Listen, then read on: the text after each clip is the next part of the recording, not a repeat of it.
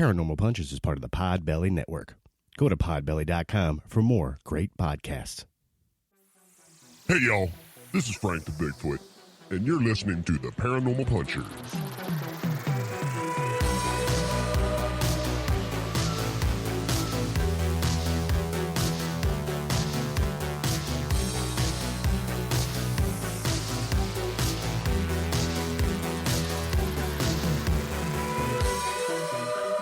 Hey friends, welcome to another episode of Paranormal Punchers. I'm Mark. I'm Alicia. I'm Nash. No Dave. Oh no, where'd he go? What happened to Dave? Oh, I'm just going to throw him right under the bus. He had his brother's bachelor party last night, and he's just too hungover to record today. I know. Dave's not going to listen to this. He'll never No, know. he'll never know. What a wuss. On this episode, we're going to talk about an incident from 1952 where a Boy Scout, a Scoutmaster, had a run-in with a UFO. Sounds interesting, right? And then on the second half, we have a movie review, a movie about aliens called Extraterrestrial. And we're going to talk about what weapons you could buy at a big box store to fight cryptids, courtesy of Kevin J. And I think some other fun tidbits. So it should be a packed show. And a lot of research was done to bring this to you. Oh, speaking of research, guys.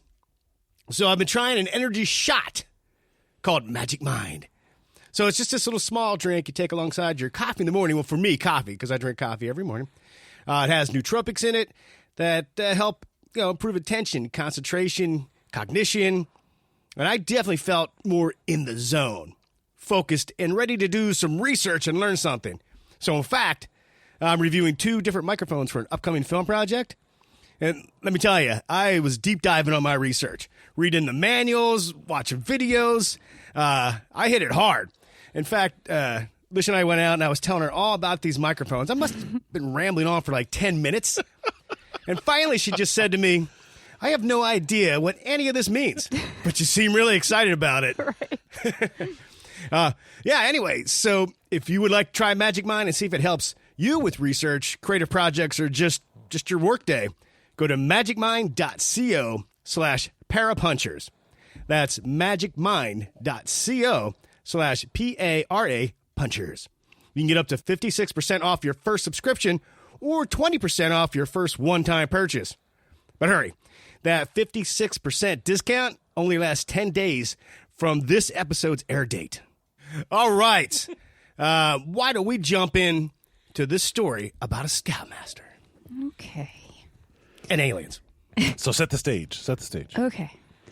On a hot, humid night in August 1952, Scoutmaster Sonny DesVergers. You must have been Swiss. DesVergers? Sure, DesVergers. Witnessed some lights from his vehicle, and after investigating these lights, emerged from the brush burned and incoherent, claiming that he had come in contact with a UFO that had attacked him. This incident is one of Project Blue Book's most interesting cases and is still unsolved, and some believe it may be the best hoax in UF history. Dun, dun, dun. Yep. So on the evening of August 19th, 1952, it was a muggy, moonless night in sunny... A moonless? Moonless. Oh, I heard boonless. I heard boonless too. I'm like, what's that? There was no Daniel Boone anywhere. No, moonless. Okay. Scoutmaster Sonny, he was driving a group of Boy Scouts home. He happened to see a flash of bright light out of the corner of his eyes while he was driving on Military Trail near West Palm Beach, Florida. Now, Military Trail is like a rural highway. Do what? I know, rural. What kind of highway is that? Rural. I can't say it. Anyway, on a highway. It's a country road? Yeah, it's a country road. Yep. Running parallel with the Atlantic coast. So he assumed it was a car crash or a plane crash. So he pulled off the highway onto the shoulder so that he could, and this is a quote, get a better look. All I could think of is, like, you know, those people that drive super slow. Yeah. when they're going past an accident like they a want rubbernecker. Yeah. That's all I could think of when I was reading that. I was like, okay, so he pulled over because he wanted to go get a better look of this crash. Did you find anything about the ages of the scouts? Yes. Okay. Yeah, I do have those. Okay. So he gets out of the car armed only with a machete and a flashlight. Yeah. That's right. That's right. Well, the fact that he's got a machete, too. Yeah. My Scoutmaster. Take that, aliens. Yeah, I never had my Scoutmaster never had a machete when we were out in the woods. I feel like I need to keep a machete in my car. So. I know, right? I think so. Is that legal? I don't see why not. Okay. It's a gardening tool. True. True. It may be some throwing axes. Mm-hmm. Okay. Just in case. Yeah. Throwing stars? But axes are really dual purpose, you know. Yeah, what weapons do you need to fight downed alien aircraft? Well, we're going to get into that later when we talk about what we find at Home Depot. So yeah, he got out with his machete and a flashlight, and he told the three boys to stay in the car until he got back. He told them if he It'd be way cooler if he got out with Danny Trejo. Yeah, I know, right? He's like, come on, machete. And he's The like, aliens were like, he's like, let's abandon go. mission, get out of here. We're going to screw that guy up. He told them if he wasn't back in 15 minutes to go to a nearby farmhouse and alert them of what had happened. So after hacking away at the brush for about 4 minutes, Sonny arrived at a clearing in a grove and immediately was overcome with an awful, nauseating smell and the feeling as though someone or something was watching him. Oh, I thought you said someone or something had dropped one. No. Oh. It was at at the field. I'm just saying that's where True. bears go. In Florida? Well, they're alligators. Oh, okay. Could have been a skunk ape. Yeah, it could have been the skunk ape, too. Yeah. There's one in the field somewhere. It was at this point that an intense sensation of oven-like heat hit him from above. He looked up and realized that he couldn't see the stars above him. And then that was when he realized that he was standing underneath a hovering object. It was black, circular object with no seams, rivets, or joints. I'm having trouble reading as usual. You're doing great. Mm-hmm. It was about 30 feet across with a dome on top, and the bottom edge had a phosphorescent glow to it. Okay. He was terrified and slowly started backing up. He then began to hear a noise like metal against metal or some kind of metal door opening. And then a bright red light came from the side of the object and slowly moved towards him. And I have a quote from him. I saw a red flare which appeared slowly to move toward me. It came out of the side. I couldn't move or yell. I was so scared. I could see the ship in the glow of the red light. I put my hands over my face. I could see a red mist around me. Then I passed. Mist? Yeah, a red mist. Yeah, and then I passed out. So yeah, he covered his eyes. He, I guess, balled up his fists over each eye. What did he do with the machete? Good question. So this guy rolled a 1 for this encounter. Yeah, Right. Big time. Yes. and like who covers their eyes by balling up their fists? And you put your fist over your eyes. Yeah, I don't know. Yeah, that's a good question. I don't know what he did with machete. He might have dropped it, I guess. Well, don't they say that if you're in an intense situation, like in your kitchen, if somebody Drop the breaks machete? in- no, that most of the time people do not even think about like the knives in the kitchen or anything like that. You don't think about it. He probably just was so Right. alarmed that he didn't think about what's on him. But oh my god, dude, he had a machete Right? with a couple of front flips and some good footwork. I mean, you could have really just and taken the guy out. Oh, even threw it, Threw it at the red thing at the eyeball. Yeah, throw it, and then run away. So yeah. cartwheel. We have our own version. Sorry. dude. Yeah. Oh, Yes, okay. yeah. So yeah, he covered his eyes with his fists and said the red light became a red mist that completely surrounded him. How would he know? He's got his eyes know. covered with his fist. I know. And that's when he lost consciousness. So he passed out. When he woke up, he was leaning against a tree and he couldn't see because his eyes burned. He started to make the difficult journey back, and his eyes started to slowly come back to normal. When he burst out onto the highway near his car, that was when he was met by the boys and some local authorities. I just think it sounds crazy. He burst out on the highway, flailing with a machete. Screaming, face burns. Good thing nobody opened up fire. The three boys, it was Bobby Ruffing, who was 12, David Rowan, who was 11, and Chuck Stevens. Oh, I don't have his age. Probably around the same age as the rest of the Scouts. Yeah. He was either 9 or 10, yeah. So they must have had, it was in 52, you said? Yeah. Yeah. So I'm wondering if they knew how to drive. 12 years old, if they can move the car to get to the farm, to go call the cops, or if there was the neighboring was kind of close, that they could hoof it? I don't think it actually said like how close the farmhouse was, but that it was relatively close. Yeah, they could see it. Okay. Yeah.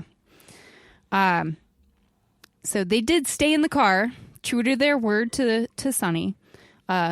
Bobby, he told authorities that he saw a semicircle of white lights descending into the trees and also saw the hue from the red lights. When they couldn't see Sonny's flashlight anymore, I guess that was when they got out of the car and went to that nearby home to get help. The farmer then called in authorities asking for assistance. Now, the officers showed up at the scene almost an hour after Sonny had seen the lights and gone into the brush. So he wasn't gone just 15 minutes. He was gone for a bit. He came stumbling out of the brush, waving his machete and babbling incoherently. Well, that's what you do when you go camping. I mean, Right. have a few beers, and that's just what happens. He was just having a good time. Now, according to the officers there, he was shouting repeatedly, "I'm coming! Here I am!" While waving his machete around. Yeah. That's a different style. Right. I'm surprised the cops didn't take him down. I know. And he looked, and this is in quotes, like a wild man as he, I bet he did. he struggled I bet he to did. come up the embankment, babbling incoherently. He was white-faced and shaking. And then I have another quote from one of the guys. In all my 19 years of law enforcement work, I've never seen anyone as terrified as he was. So at the Palm Beach County Sheriff's Office, Sonny and the boys were questioned. Now it's a band. Sonny and the boys. Yeah, Sonny and the Do-wop. boys. Grab your machete and let's roll. We saw the aliens. Got with the We'll never be a machete. band, I can tell. So everyone was in agreement of what happened, and there weren't any changes in the sequence of events by any of the boys or Sonny. The sheriff's office then reached out to other agencies to investigate further, because I feel like at that point they're like, I don't know.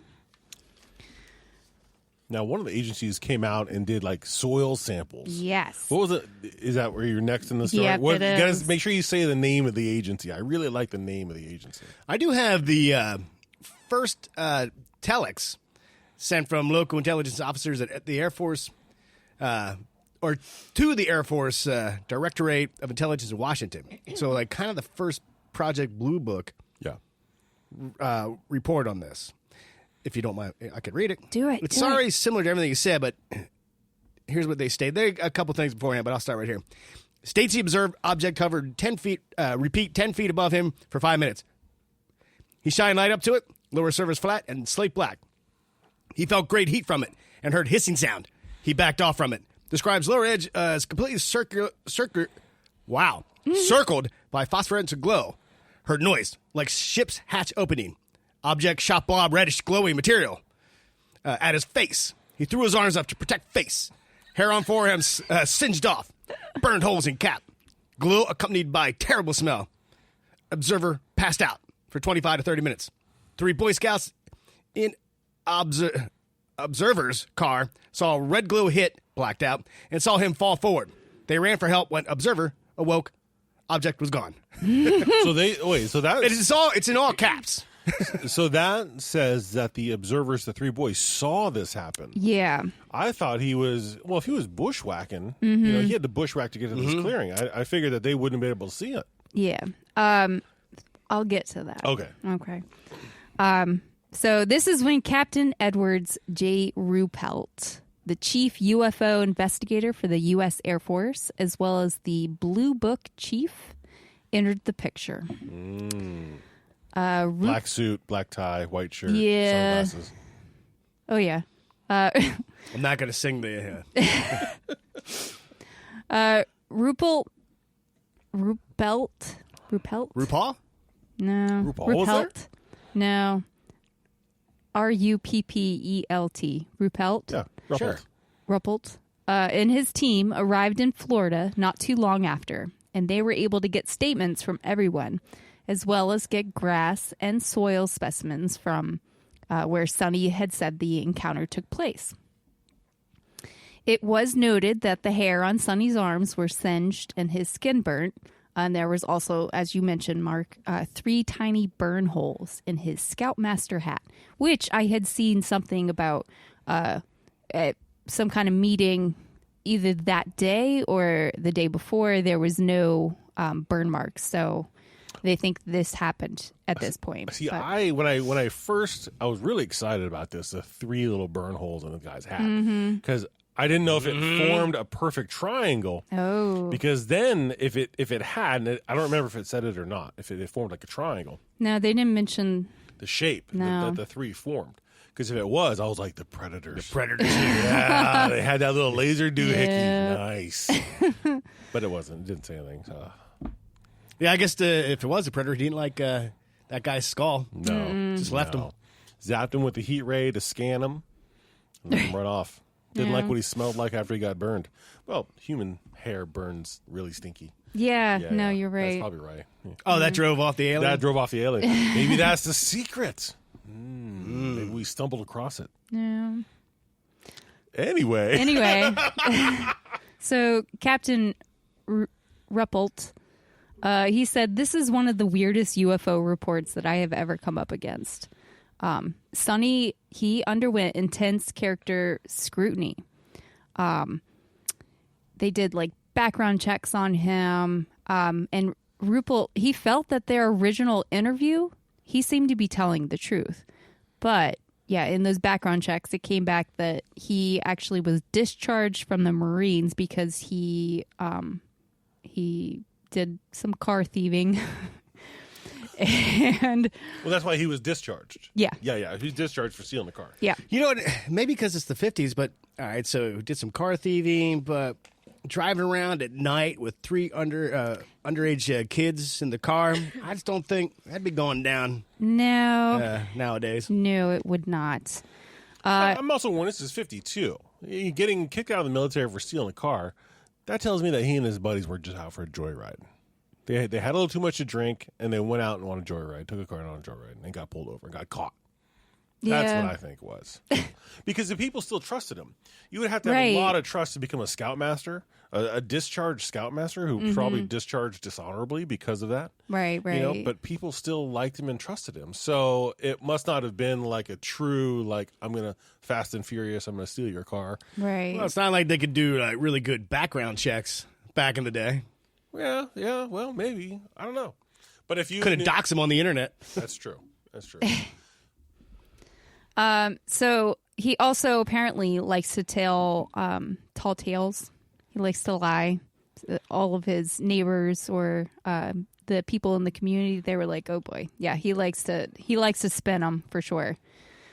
So Ruppelt, he actually went back to the site to investigate some more. He felt that there was no way the scouts would have been able to witness any of the lights or like the red lights that were coming out.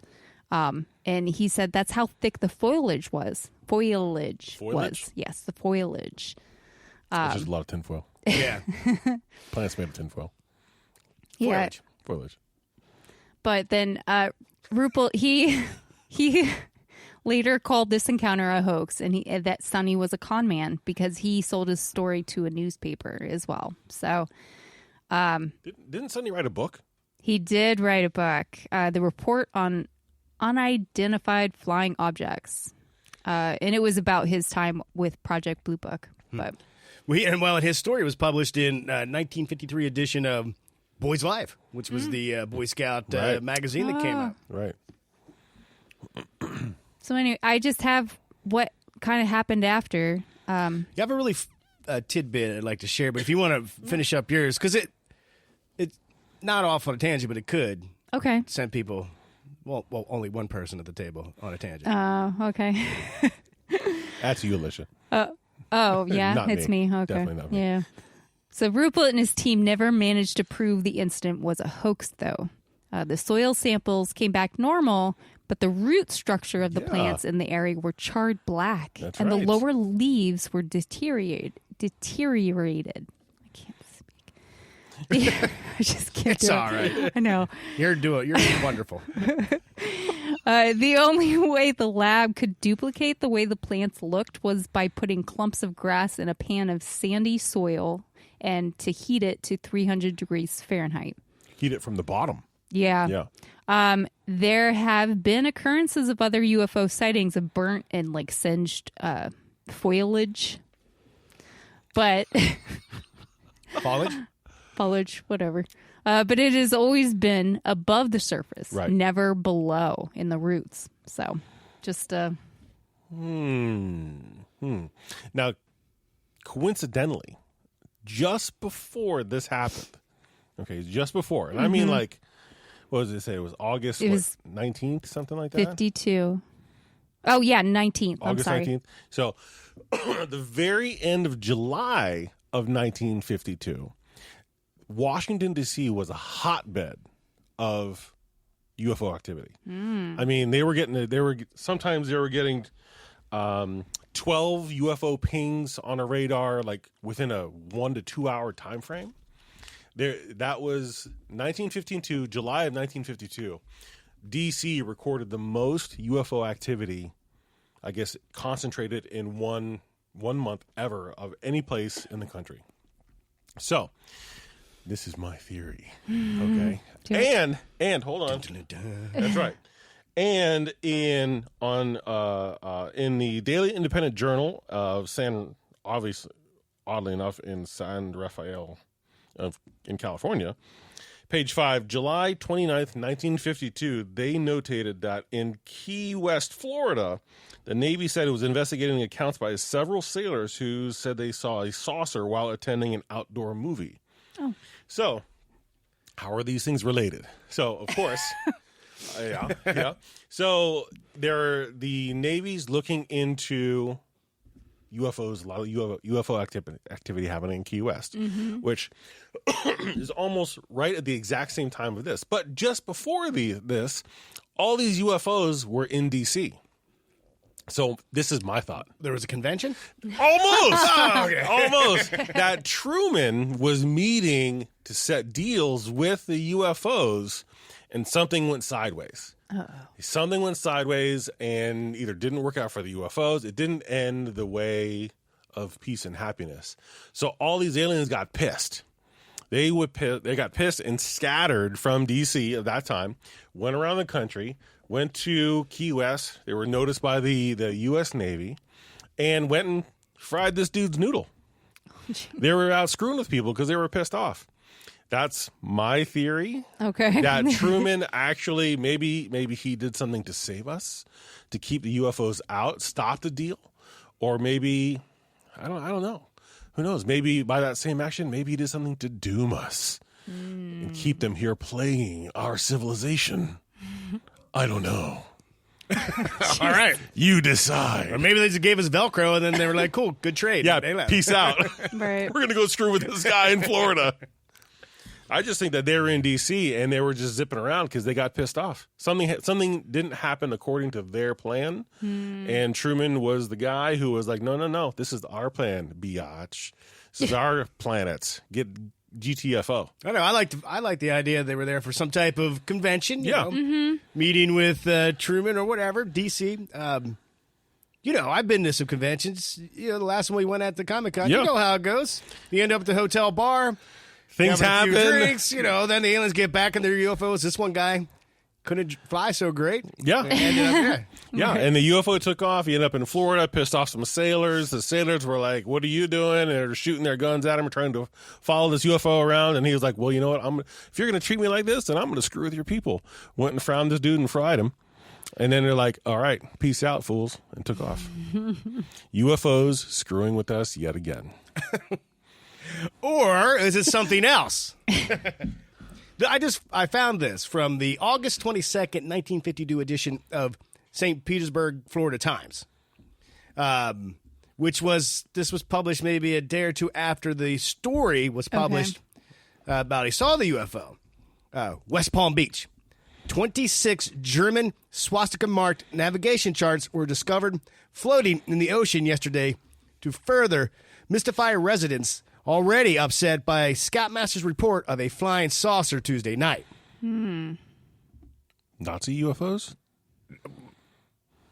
I don't know. Well, I know that's one of the. I just thought, what an odd that was one thing of the, to find. One of the theories that came because they in the thing that I was reading about the DC event, they gave a ton of headlines all across the country about these aliens showing up, and that was one of them, that they were trying to debunk the UFO, that it was UFOs by dropping paraphernalia or documents.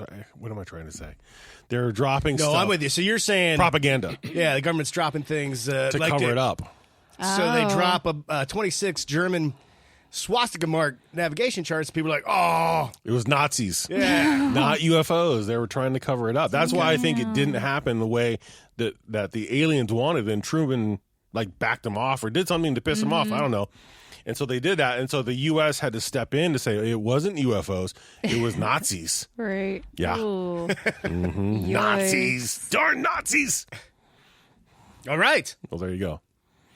And if you're in the Boy Scouts of America, you can get the Alien Patrol Badge as one of your merit badges. Wow. Now, what do you have to do? I could not find that. I'm assuming is look at the sky. Okay. For a designated amount of time. We know somebody in Boy Scouts of America that we should bring this up with, who just got his fishing merit badge. Right. Is he a Boy Scout or a Cub Scout? I don't know. I don't know that. Were you ever a Scout? Yes. Cub Scout and Boy Scout. I was a Cub Scout and then a Weebelow. Never made it to the Boy final Scout. phase. Yep. A Weebelow is just a wee below the Boy Scouts. Yep. So it was the next level up. So I leveled up, but not the whole way. Nice. I wasn't in any of, the Girl Scouts or what are they, Brownies? Brownies. Yeah, I was not in that because we lived out in the middle of nowhere. So my mom was like, no, we're not driving you 40 minutes to go to a meeting or whatever. So Yeah, way to go, mother-in-law. yeah. So wasn't part of the plan anymore. So. Yeah. Too bad, because I'm pretty sure the Girl Scouts would have taught you how to cook. Yeah, I know. Wow. They probably would've. Wow, you're bringing it. Wow. Well, that did not come from me. Wow. No, I mean, that would have been a really good skill to learn. Yeah, that's all. It's sad because it's true. All right. Why don't we take a quick break, and we're going to come back with a movie review. We're going to come back with weapons to fight cryptids, and I don't know, there's other stuff to talk about. I don't know. It should be fun, so stick around. I don't know why I did that. We'll be right back. And we're back. All right. So we talked about a UFO incident. Yep. So we thought we'd pair it with a movie about aliens. And I picked this one. It's called Extraterrestrial. Now, why would I pick this movie? Well, it's by the same people behind Ghost Adventures. That's right. Yeah, I know. You did that What? that night too, and I was like, what? Grave Encounters. Yeah, Grave Which they're kind of spoofing Ghost Adventures in Grave Encounters. Okay. But it's the Vicious Brothers, which is a directing duo, Colin Minihan and Stuart Ortiz. They go by the Vicious Brothers. I am a huge fan of Grave Encounters. Not so much Grave Encounters 2, but I thought, you know what? They bring that kind of same, I don't know, energy, wit I'm in, and I assumed right out of the gate that it was found footage. Right. Because I think I told you it was found footage. Yeah, and there was a little bit of that style in there, a hint of it, of shaky cam in there. Yeah. What, about a third of the way they through? did do a little bit where it was from a camera point of view from one of the kids in it. Yeah, I got real tired of that real quick. Yeah, I think even on the Discord channel or Patreon Discord, I said it was found footage. So I was completely wrong, everybody. Speaking of our Patreon, I'd like to welcome new member Rob. Welcome to the club. Thank you, Rob. Thank you, Rob.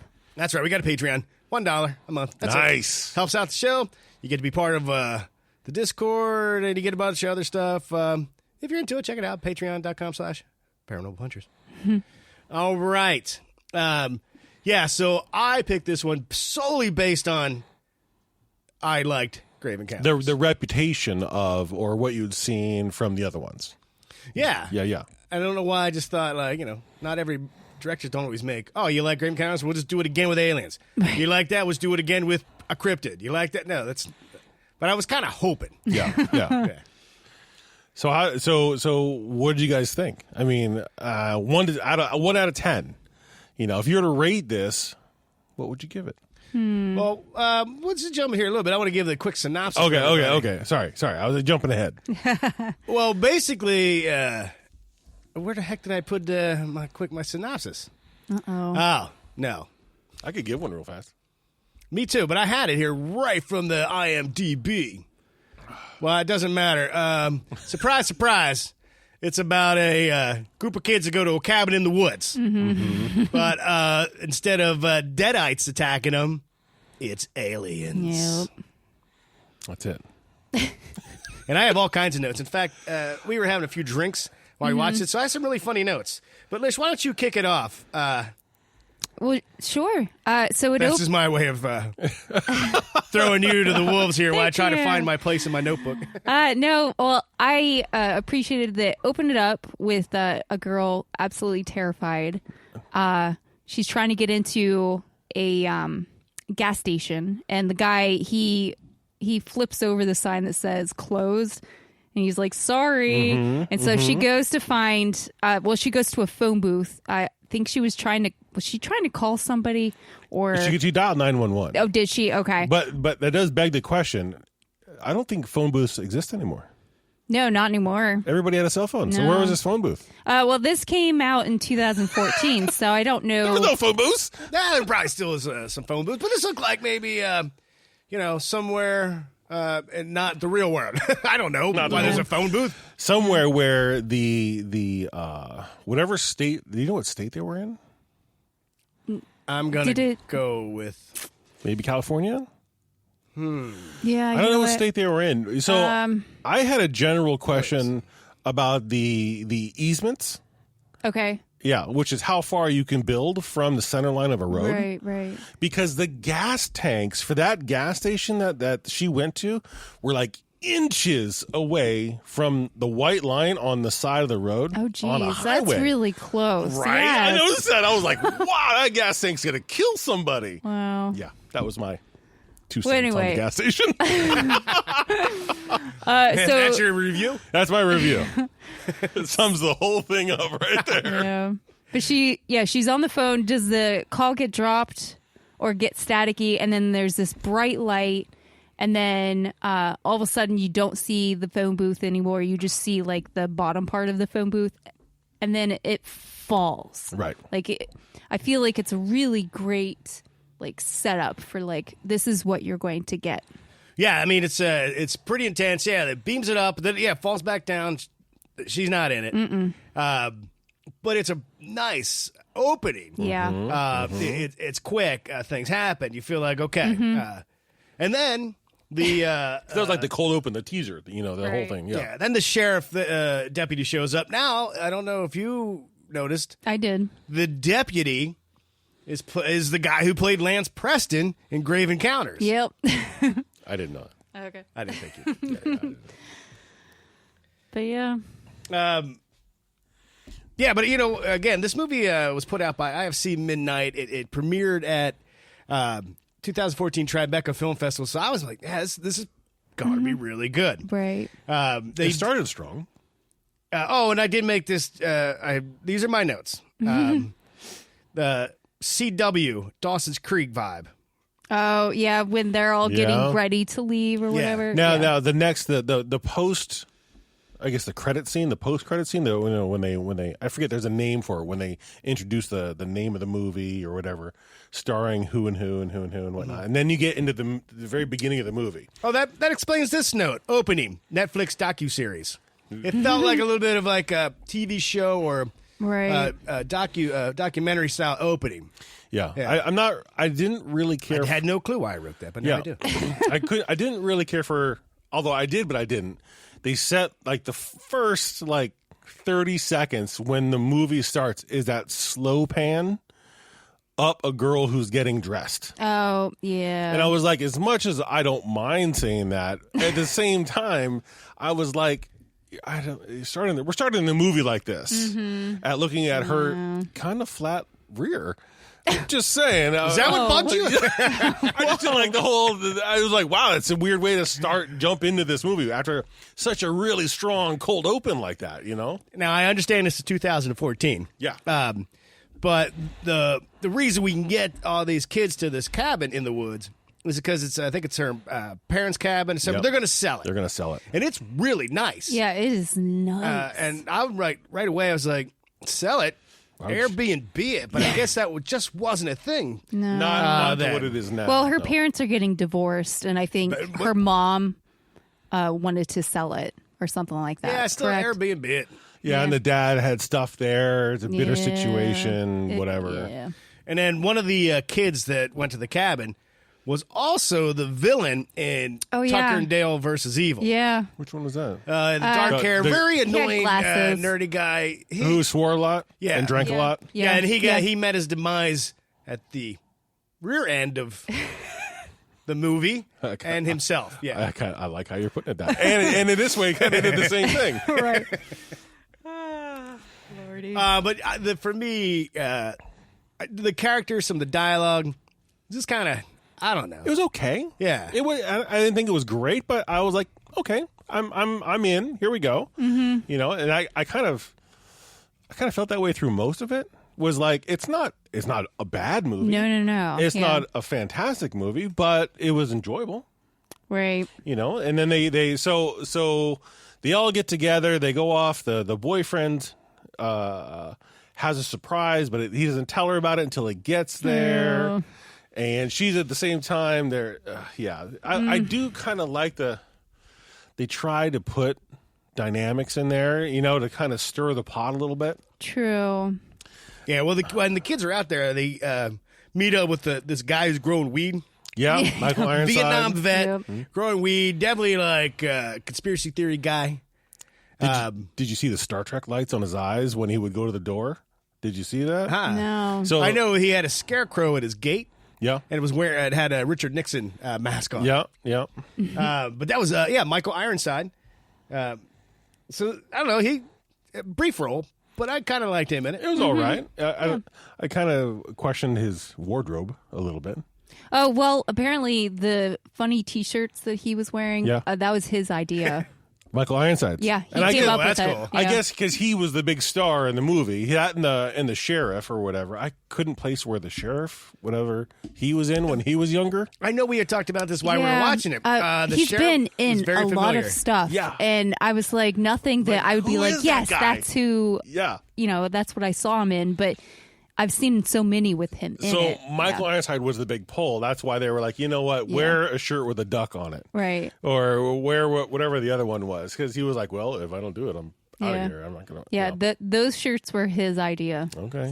Oh, yeah. And one of the things Michael Ironside was telling these kids that the aliens have had a treaty with the U.S. government after Roswell. Yeah. Which, I was like, all right. That's a new spin on it. And because of that treaty, the government turns a blind eye to whatever these aliens would like to do, which i.e. means to run tests on us, snag us, abduct us, do bad things. Well, and the way he put it, too, I kind of liked how he put it, that it was like the deal is that they can do whatever.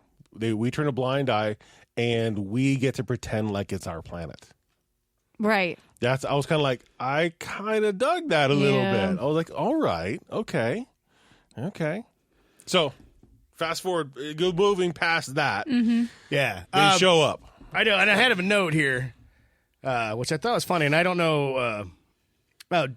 Deputy, this must be the Lance Preston character. I just wrote this down. Deputy talking butt stuff to that one guy. I'm sure it's foreshadowing. Yeah.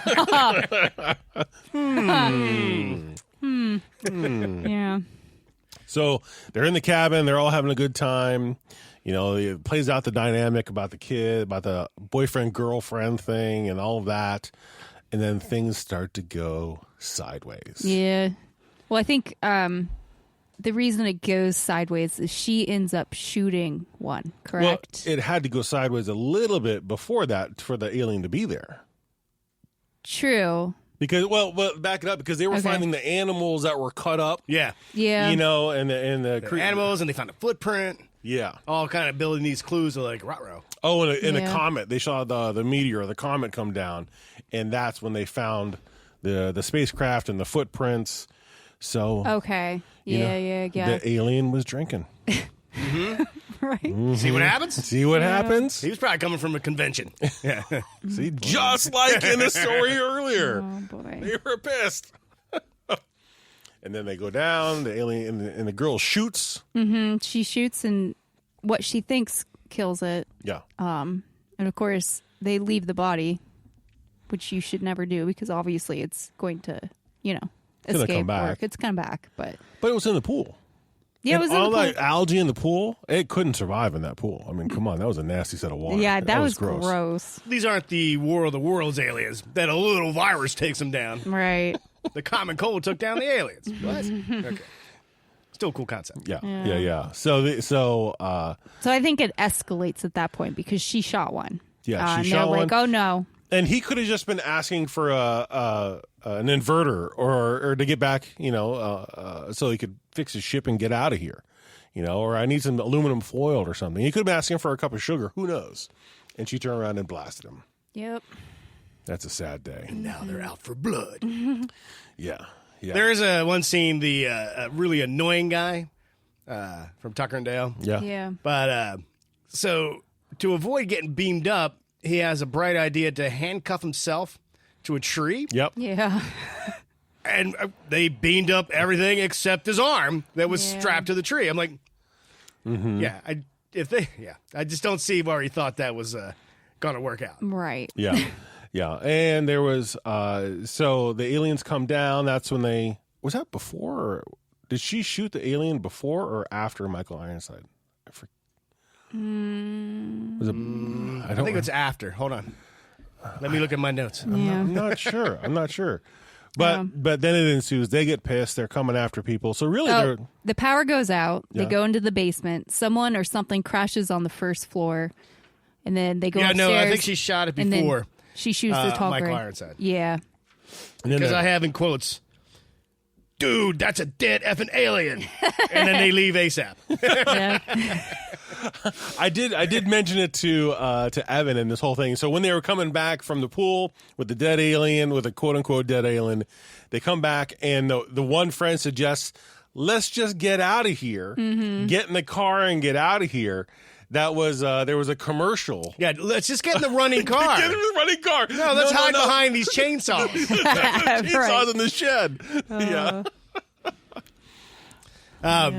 Yeah, and then obviously, if you're still listening, there's been a few spoilers. Yeah. So we might as well just keep going because I would like to talk to you about one of my biggest problems with the movie. Yeah. Because, and then the one guy, they did have an anal probing scene. And it was... it wasn't really a probe, though. No, it wasn't. They shot something was up there and totally then- murderized him. Yeah. And grinded. Yeah, it was Yeah. more It of was a not blender situation. Yeah. I was like, that's stupid. But here comes the heavy spoiler. The end, where they beam the couple back down. Oh, you're going to jump all the way to there? Oh, yeah, well, that's what ruined that. To me, that ending ruined what the movie overall. It was all right. It was and okay. at times, I thought it had like a I don't know, a B movie vibe. Yeah. Like we were trying to be a little outrageous, a little fun. It was better than a B movie, but not quite an A movie. The whole concept is kids, cabin in the woods, but now aliens. I'm like, all right, I'm with you. But I didn't understand the ending. Was just kind of like, what? Yeah, yes. Yeah. So they beam him down, keep going. They beam him down, and they're like, they're the last two survivors. Right. The boyfriend, girlfriend, and they're like, went through all this crap. They went through the Matrix, and they came out of the Matrix on the ground. Right. And they're like, well, let's just get out of here together. And they come through the woods. They hear something. They come through the woods, and it's the military. And they're like, we're here. And the military goes like, pam, pam, pam, pam, and shoots them and kills them all. Right? Yeah. Now, first off, I'm still wondering, like, why would the aliens let him go? Right. Love, true love, and the aliens all of a sudden became big old softies and thought let's let these two lovers go. I was like, okay. Well, that was foreshadowed too. Early on they said that they let most of the people go. There are also some people who live up there, maybe even born up there, and then there's some people who they turn them into meat sauce. Yeah. So my immediate thought is when they were beamed down and they wake up outside, it's bright outside. I was like, oh God, what if the aliens are still running an experiment? And so this is all in their head. They think they've been they escaped, but they really just want to see how they're going to interact with each other or whatever. Well, that was my thought. Interesting. I just thought BS. The government would snatch him up and ask him a bazillion questions, run some tests on themselves. But they just shot. Mm-hmm. Shot and then they just threw him in a pit and burned him up. Yeah. And then we kind of get there at the end like a guy with a cigarette. So kind of like the smoking man from the X-Files. Yeah. Oh, and that guy played the psychic medium in Grave Encounters. Yes, he did. So... Gotcha.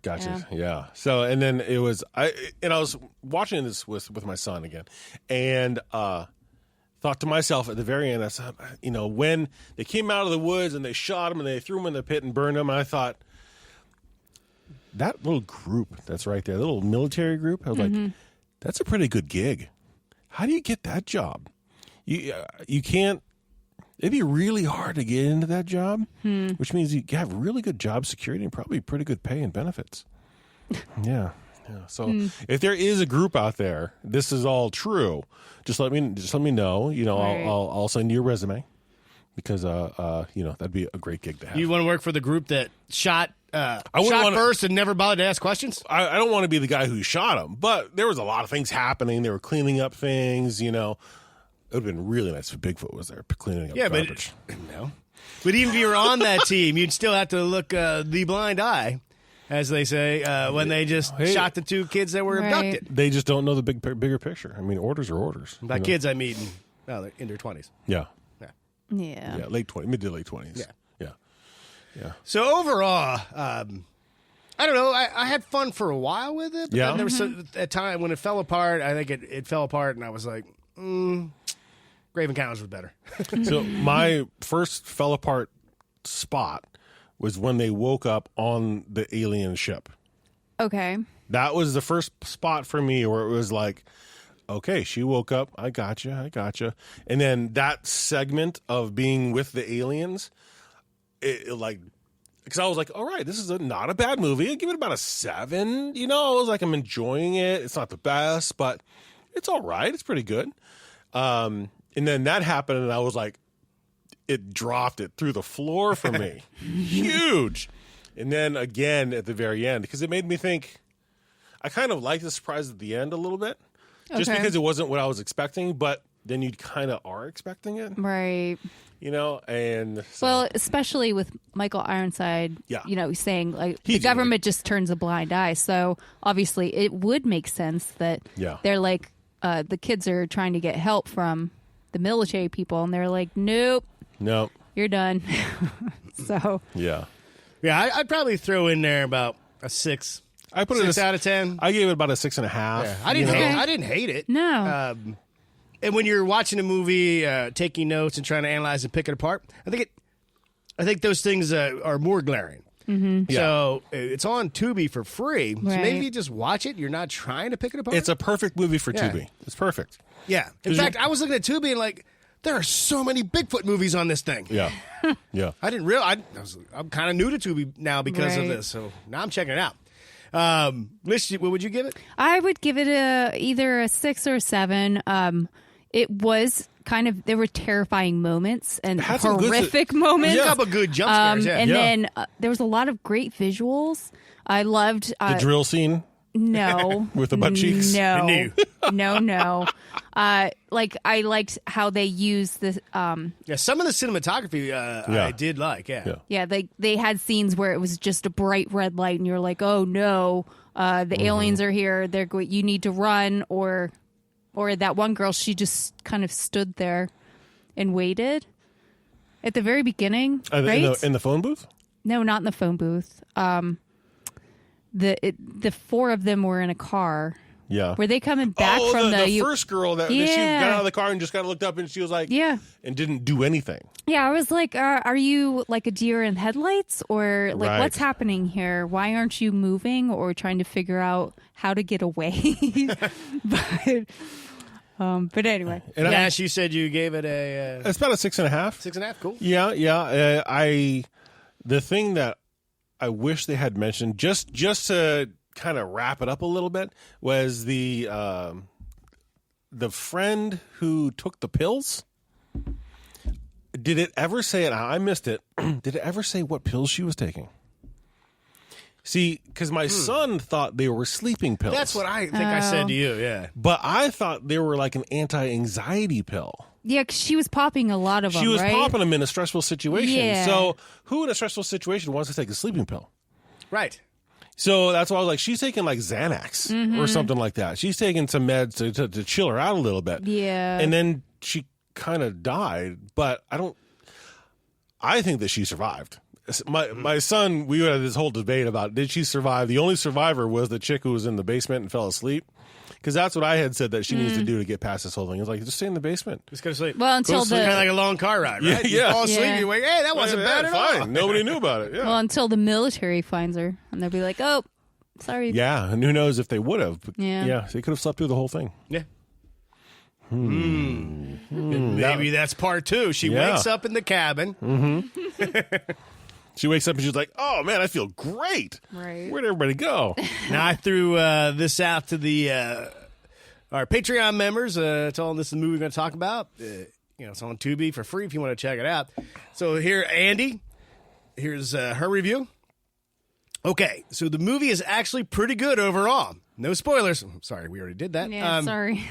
A little iffy here and there, mostly around the dialogue of the angsty college teens.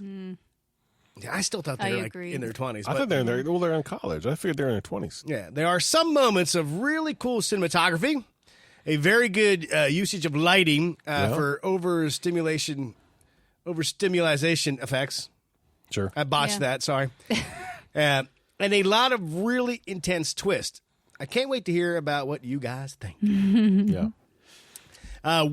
Missouri Will, had this to say. Wow, I just watched that movie and gotta say, not a fan of the ending, LOL. Not that it was bad. I was hoping for some closure, LOL. The movie as a whole was pretty good. The only complaint was some parts of the dialogue. Yeah. Kevin J. I'll start with the good. There are some very good moments of cinematography. Some of the shots in this movie look incredible. They range from creative to beautiful to creepy. There are more than a handful of expertly framed and lighted shots. Now, I'll move on to the bad. This movie is boring. The storytelling and pacing is bad. I fell asleep while watching it, and I didn't want to go back and finish it. The characters aren't likable or anything more than cannon fodder. This is zero character development. There's some forced exposition to grow characters that goes nowhere. The ET effects are bad. Just bad. What makes them worse is that they don't even try to hide the effects using lighting most of the time. Hard pass. Have a good one, everybody, and skip this movie. Fair? Yeah. Fair. Yeah, I think that sometimes it was the aliens that were kind of just, for scare factor, the tall, aliens. Right. Tall, lanky. But then they would move in a way that wouldn't be a tall alien. Like they're jumping around. I did really like how a lot of the times they left the alien in the shadows. And then when you were looking one way, the alien scurried and you only saw a glimpse of it. Right. I really liked that. And then it just seemed that the alien that was getting around in the shadows wasn't an 8-foot tall, 2-foot wide alien that doesn't seem like it could move like that. I don't know. Yeah. It didn't have moves like Jagger? Yeah, it did not. It did not. It did not. But, I mean, I agree. It did not. Oh, hey, alien. Oh, hey, sorry about that. Yeah. And then, so my biggest beef with the movie, because I actually rated it a little bit higher until I got to the very end, and I thought about it, and I'm like, the Vicious Brothers really took leaned heavily on The Matrix and on M. Night Shyamalan Ding Dong. All right, go with how you can compare this movie to something M. Night did. So, Signs. The first half of the movie was very similar to Signs. Signs, Okay. they're in the field. They come. You only see glimpses. The shot of the alien is similar, like tall, kind of lanky. Okay, Yeah, okay. yeah, and how they introduce actually the creature itself is very similar to the movie Signs. Then, of course, there's a twist at the end. There's that. Then they deal with it, and the twist at the end was Shyamalan and Ding Dong all the way. Okay, so I was like, okay, that's M. Night right there. And then the alien, while they're with the aliens, I mean, it was like they she comes out of her little cocoon where she's being restrained, just like what Neo did, when he came out, and then kind of walks at the edge and sees the grandeur of where they are. I was like, that's the Matrix right there. Oh my God, these two movies jammed together with extraterrestrials. Well, all right. That's what I took. I would say these are not the aliens you want to be abducted by. No. Yeah. That's a big fat no. All right. Speaking of movies, we saw Dungeons and Dragons: Honors Among Thieves. Lish and I did. Yep. This is not a review. All I'm going to say is, if you're a fan of D&D, or you're a fan of like fantasy movies, or just fun action movies, Or even Chris Pine. Yeah, Chris. He's very piney in this. Oh, yeah. It was so much fun. Really? Yeah. Highly recommend it. If you play D&D, you're going to get everything you wanted from a D&D movie. Does it hit all the nerd points? It's set in yeah. the Forgotten Realms. Yeah. There's stuff out of the Monster Manual. It is a lot of fun. Fight scenes are cool. It was exactly what I was hoping for. It did. So what you're saying? Fun Saturday afternoon movie, coming away with a big smile on my face. Oh, yeah. So it did not follow in the long-held tradition of other D&D No, movies. it did not. Good. That's great. No. It's good Nope. to hear. This movie is able to delete those other movies from your brain. Finally, that's wonderful to hear. Yep. Yeah, it's now in the middle, like towards the end of the movie, the theater lights just came on, the screen went blank, Yeah. and I thought, oh man, we're having a huge thunderstorm. Did we just lose power? Right. And then they went off. Flicker came back on again, like we're so close to the end. And some nerds behind me were like, "Oh, they rolled a 1." Right. And then the people were like, some people were laughing, and the other people weren't laughing. Like, you don't get it because you don't play D&D. Everybody who plays got snickered at that. But highly recommend if you're into that style of movie, action, D&D. Yeah, It was fun. All right, now speaking of fun, Kevin J. at it again in our Facebook group. That's right, we have a Facebook group. Join it. Look it up, Paranormal Punchers. Kevin J. Posted a question to the group. I'm currently building a room in my basement, and while at a big box hardware store, I had a thought. What's the best tool to fight off a cryptid? This is the question I posed to the group today. If you had to fight off a cryptid that's somewhere between a Pukwudgie and Frank, the Bigfoot, in size. What tool from a big box hardware store would you take into battle? And I have a few answers here, but I'll start with us. Okay. Oh, you want me to get you warmed up? I can start with Will's. Go for it. Okay. Will said, while a chainsaw sounds most logical, I feel it would be too hard to wield against anything. So I would say probably a big lumberjack axe. And maybe I'd also want a machete as well for smaller things. Although if I'm fighting Frank, the Bigfoot, I'm not sure I would win without anything except maybe a very large caliber rifle. Okay. Okay. Yeah, I would probably have two weapons. Okay. One would be a screwdriver for close contact. Okay. You read my notes, but okay. I did not, I swear. Okay. And then my second would be like a crowbar or like one of those, like a big metal thing. Yeah. Oh, yeah. Well, They're on sale right now. Big metal thing. There's a whole aisle of them. Right. Yeah. That's about it. Because I don't think I'd be able to wield anything real heavy or big and cumbersome. You know what I mean? Okay. Like I wouldn't be able to do it. So Nash, I know you have some thoughts. I have so many different levels of thoughts on what you could use for this. Well, then maybe I'll go first, since it sounds like you're going to go on for a bit.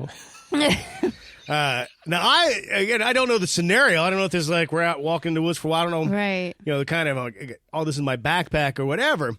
But I was trying to think in weapons for ranges. So break it down like long range. Say in fighting, that would be like kicking. Then striking range, so getting closer now where you're throwing punches. Yeah. Then get into the trapping if you're a fan of Bruce Lee and Jeet Kune Do. Now you're using like headbutts and you're locking up your arm bars and trying to go for chokeholds, and then grappling on the ground. Okay. So I'm thinking long, I would want to start with something like, even if I had to make it, like get a really thick dowel rod, some type of blade, and mount it to the end. So that way I could keep whatever, at least a distance, hoping I might at least annoy enough to run away or cut it enough that it says, nope. If the range was closer, shorten that distance where now you could put your hands on me, I think I would want to go with like a machete. Okay. Okay. Again, that next range is where I thought, again, that range where they're right up, we're now grabbing each other, going for, breaking limbs and choking each other out. I was thinking screwdriver. Okay. And just jamming that right up into the kidneys and the gut. It just right. Shivving it. You're shivving it. Shooting it. Wow. Wow. Okay.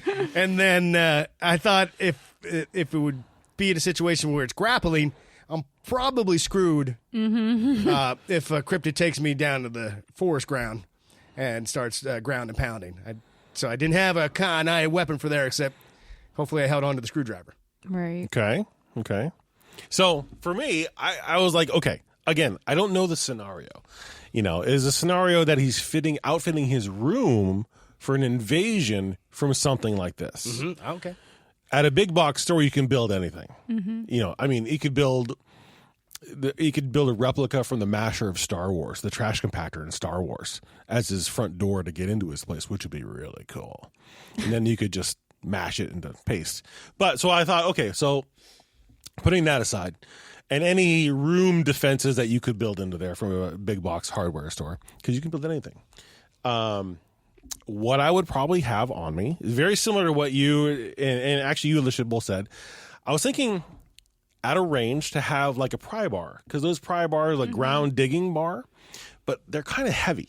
So Are they heavy? They're kind of heavy, yeah, because they're like an inch and a half round spike at about 6 to 7 feet tall. Right. They're kind of heavy. I could do it, but I wouldn't be fast. So you'd use rebar. You could use rebar and a grinder. Sharpen the tips. Okay, rebar so nice and light and easy and flexible. You could do all kinds of craziness with it. Okay, so you have that. And then I thought, well, what would my rogue do?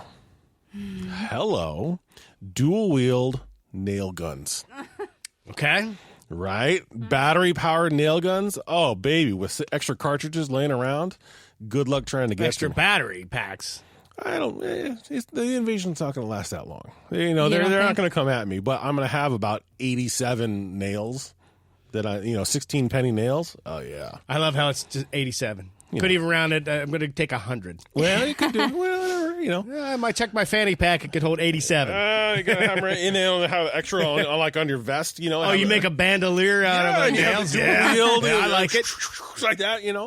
And then of course, for your mid range, I'm going to have. I actually built like a zombie wall for just in case they invade at home. So I do have a sledgehammer and a large axe, but also hatchets. A simple hatchet. A couple hatchets would be great because you can throw them. You can be close quarters. And then once you're past the hatchets, machetes and hatchets all the way, all the time. Yep. And on the back of the hatchets, and then also as a last resort would be we just got one. It's for your yard. It's like a mini pickaxe. It's a one-handed pickaxe. And on the back, it has 2 tines that stick out. Okay. Like 4-inch tines that stick out. Oh, yeah. Ready to go. Ready to rock and roll. Let's do it. Good. All right. All right. I love the rebar idea, too. You can Rebar's make it a great. spear. You got that range. And you can have a zillion of them laying around, and they're cheap and easy to use. All right, well, let's see. Chris replied, a hatchet and a Burnzomatic torch with striker and any good aerosol propellant. Oh, flamethrower! And some duct tape. A flamethrower. Why did I pick a flamethrower? You can buy a flamethrower at Home Depot. Yes, you can. Yes, you can. I'm sure they're meant for killing weeds. Mm-hmm. Yeah, but if you squeeze the end of it together, it propels a lot better. Well, there you go, everybody. And some tie wire and duct tape. That'd be helpful too. Cryptid survival tips by Paranormal Punchers. When is the book coming out, you ask? I don't know. I just had the idea just jumped in my head. Now we got to write a book. How to survive a cryptid attack. Nice. I like it. I like it. Okay. Trademark. Could be a picture book. And lastly, Yeah.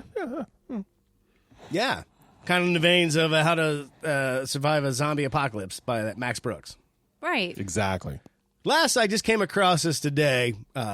It was a post I saw on Instagram from the one and only Elvira. Ooh. And I just thought this was fun. It's in People magazine. Elvira says, L.A. mansion she sold Brad Pitt is extremely haunted. But he loved it. It'd be better she had the article come out after he bought it. And then it was just more, she's like, ha-ha, I sold Brad Pitt a haunted mansion. But he's really into it. Let's see what she had to say about it. I've seen people walking around upstairs, for example, real people just walking. One time, a ghost was sitting downstairs in front of the fireplace.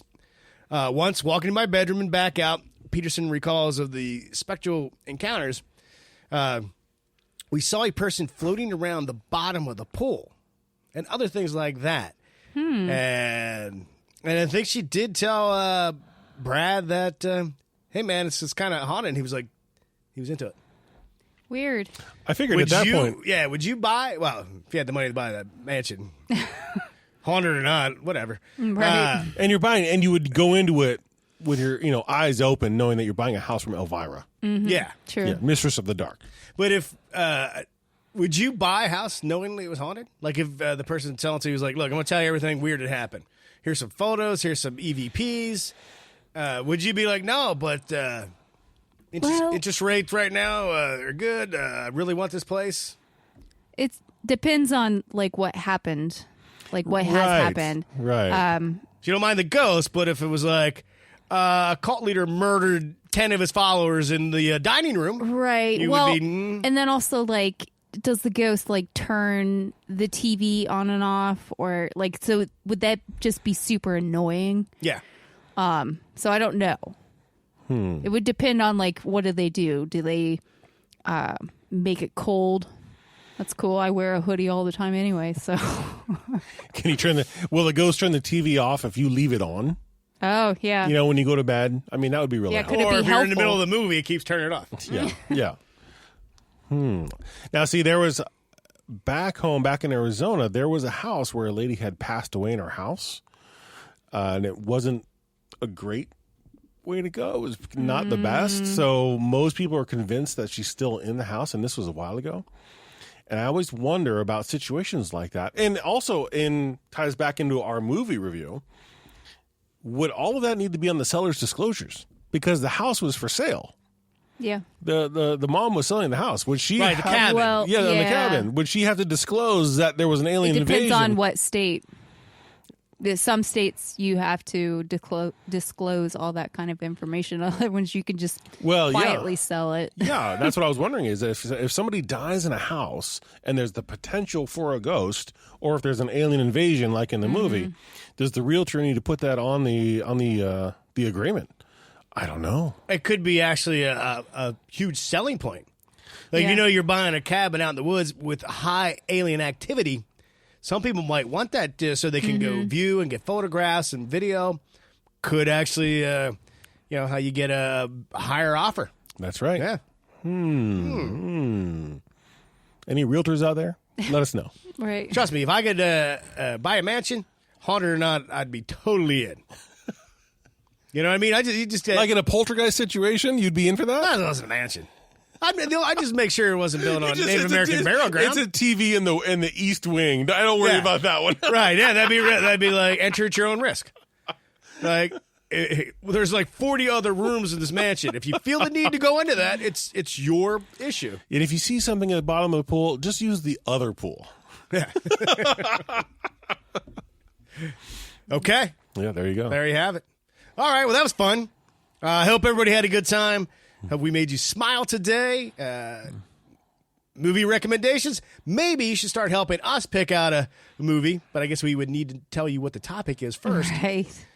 We'll work on how to do that because sometimes we never know. That's right. That's right. I can tell you we don't know what the next one is, but we'll figure it out when we all go home separately and then have an idea pop in our head. Then we'll message each other. That's just how we work. Yep. All right. Until next time, everybody, if it's not weird. It's not worth checking out. Oh, wait. Hey, if you really like the show, Oh, my gosh. and you listen to us on Apple and Spotify, man, slam that 5-star. Drop a review. We'll read it on the show. If you have a paranormal experience you'd like to share with the show, send it. We'll read it, send you a sticker. Yeah.